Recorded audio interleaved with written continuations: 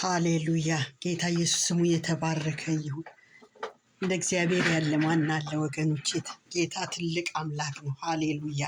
ይህን የሽብሸባ አምልኮ እጅግ በጣም የምወደው ነው። ናዝሬቶች ናቸው መሰለኝ። በጣም ደስ የሚል ፕሮግራም ነው እና በጣም ወድጄዋለሁ። ሃሌሉያ ጌታ ስሙ ይባረክ። እስቲ ከእግዚአብሔር ቃል አንድ ስፍራ እንድናይ እፈልጋለሁ። ትንሽ ስልኬ ጊዜ ከሰጠኝ ማለት ነው። ብዙ አይሰጠኝም። ሃሌሉያ። በጌታ በኢየሱስ ስም አነባለሁ። ማርቆስ ወንጌል ቁጥር 10 ነው የማነበው፣ ምዕራፍ 10። እግዚአብሔር ሆይ እናመሰግንሃለን፣ አንተ ከኛ ጋር ስላለ ተመስገን።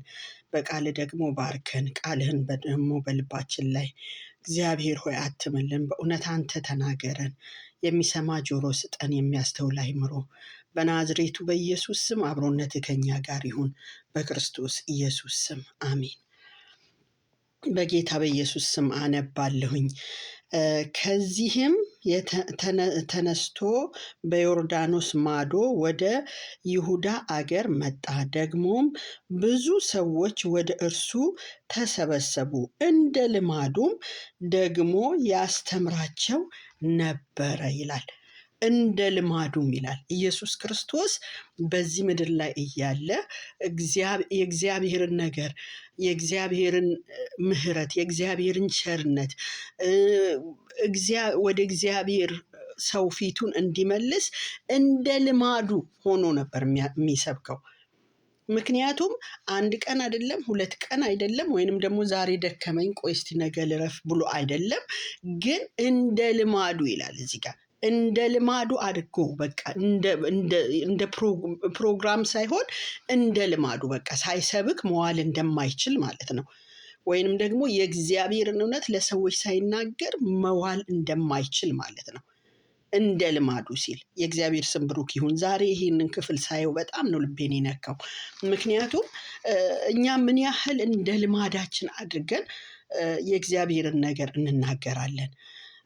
እኔ አንዳንድ ጊዜ ራሴ በጣም እንትን እላለሁኝ፣ ራሴን እታዘባለሁ። ምክንያቱም ለወንጌል ስርጭት እወጣለሁ ብዙ ጊዜ እና በሳምንት ውስጥ 2 ጊዜ እወጣለሁኝ፣ አየሩ ጥሩ ከሆነ ማለት ነው።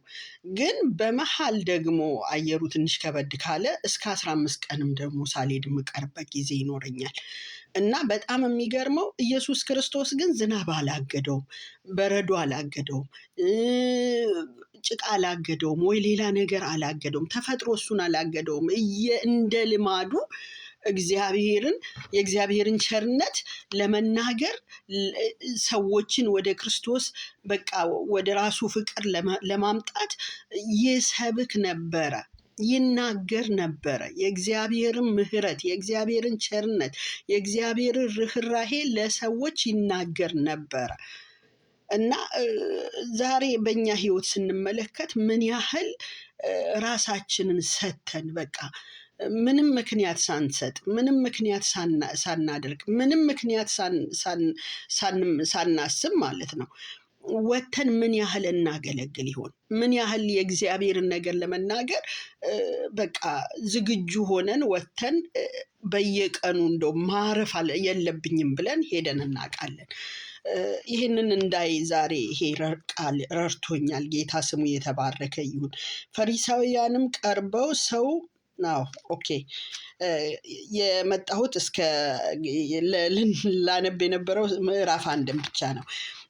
እንደ ልማዱ ይላል። እንደ ልማዱ ዛሬ እንደ ልማዳችን ሆኖ የወንጌል ስርጭት እንደ ልማዳችን ሆኖ ቢገኝ መልካም ነው ልል ፈልጌ ነው። ምክንያቱም ዛሬን ተናግረን ነገን ዝም የምንል ከሆነ ብዙ የእግዚአብሔርን ነገር ማየት አንችልም። ምክንያቱም ከስጋችን ጋር ነው የምንማከረው ማለት ነው። የስጋ ምክር አያስፈልግም። ስጋችን ሁልጊዜ ችግርን ነው የሚነግረን፣ ደከምሽ ነው የሚለን፣ ዛሬ ረፊ ነው የሚለው፣ ዛሬ እንደዚህ አርጊ ነው የሚለው። ግን እንደ ልማድ እናድርገው ወንጌልን፣ እንደ ልማዳችን በቃ ማለት ተለማምደን በቸለኝተኝነት ሳይሆን በመትጋት ልማድ ሲባል አንድ ሰው ቡና ሱስ እንኳን ሲኖርበት በቀን ያንን ቡና መጠጣት አለበት አይደል? ስለዚህ ለዛ ቡና የሚከፍለው ዋጋ ከፍሎ ቡናውን አግኝቶ ይጠጣል።